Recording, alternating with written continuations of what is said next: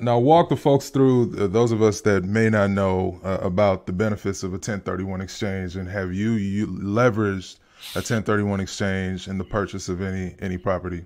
I have not. Okay.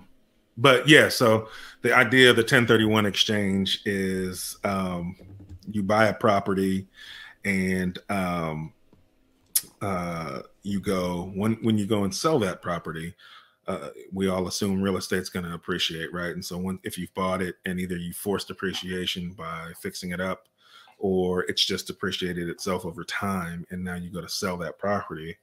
If it's a investment property, meaning you haven't lived in it 2 out of the last 5 years, then you will pay capital gains taxes on the money that you make above and beyond what you paid for it.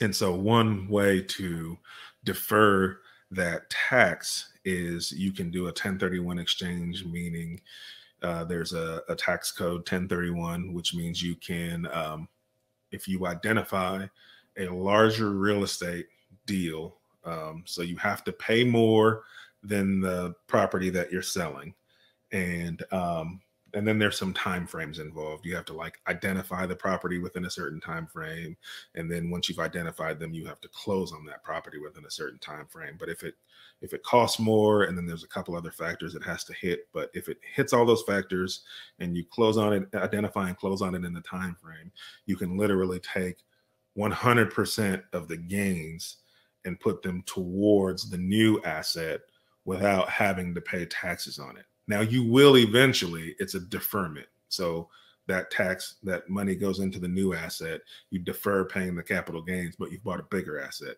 And so the idea behind it is if you continually do that, right? If you buy one, 1031 into something bigger, sit on it for a while, 1031 into something bigger, sit on it, 1031 into something bigger. You could have bought a single family, and then 4 1031s down the line, it's in an apartment complex, right? You've never had to Yep. pay taxes in order to grow your portfolio. And then if and when you decide to sell, you do have to pay the capital gains, but the idea is you're making so much money on the sale of a much bigger asset that it's not that big of a deal at that point, right? Yeah. As it would have been, if you're paying 40% of your $20,000 capital gains on your single family flip Yeah. versus 40% of your $2 million sale of your apartment complex. That's a big difference. That's a big That's a difference. big old difference.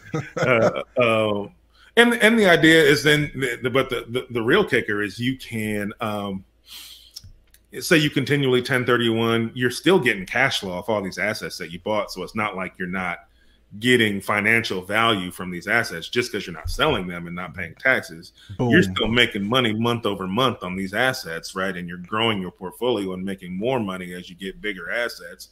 Yeah. And then let's say you die, right? You 1031 into all these properties, and then you die, right? Then your kids they inherit these assets, and then they can do a step up basis, right? And then get to a point where they don't have to pay taxes on that, right? And I'm no tax professional, but I would encourage you Yes.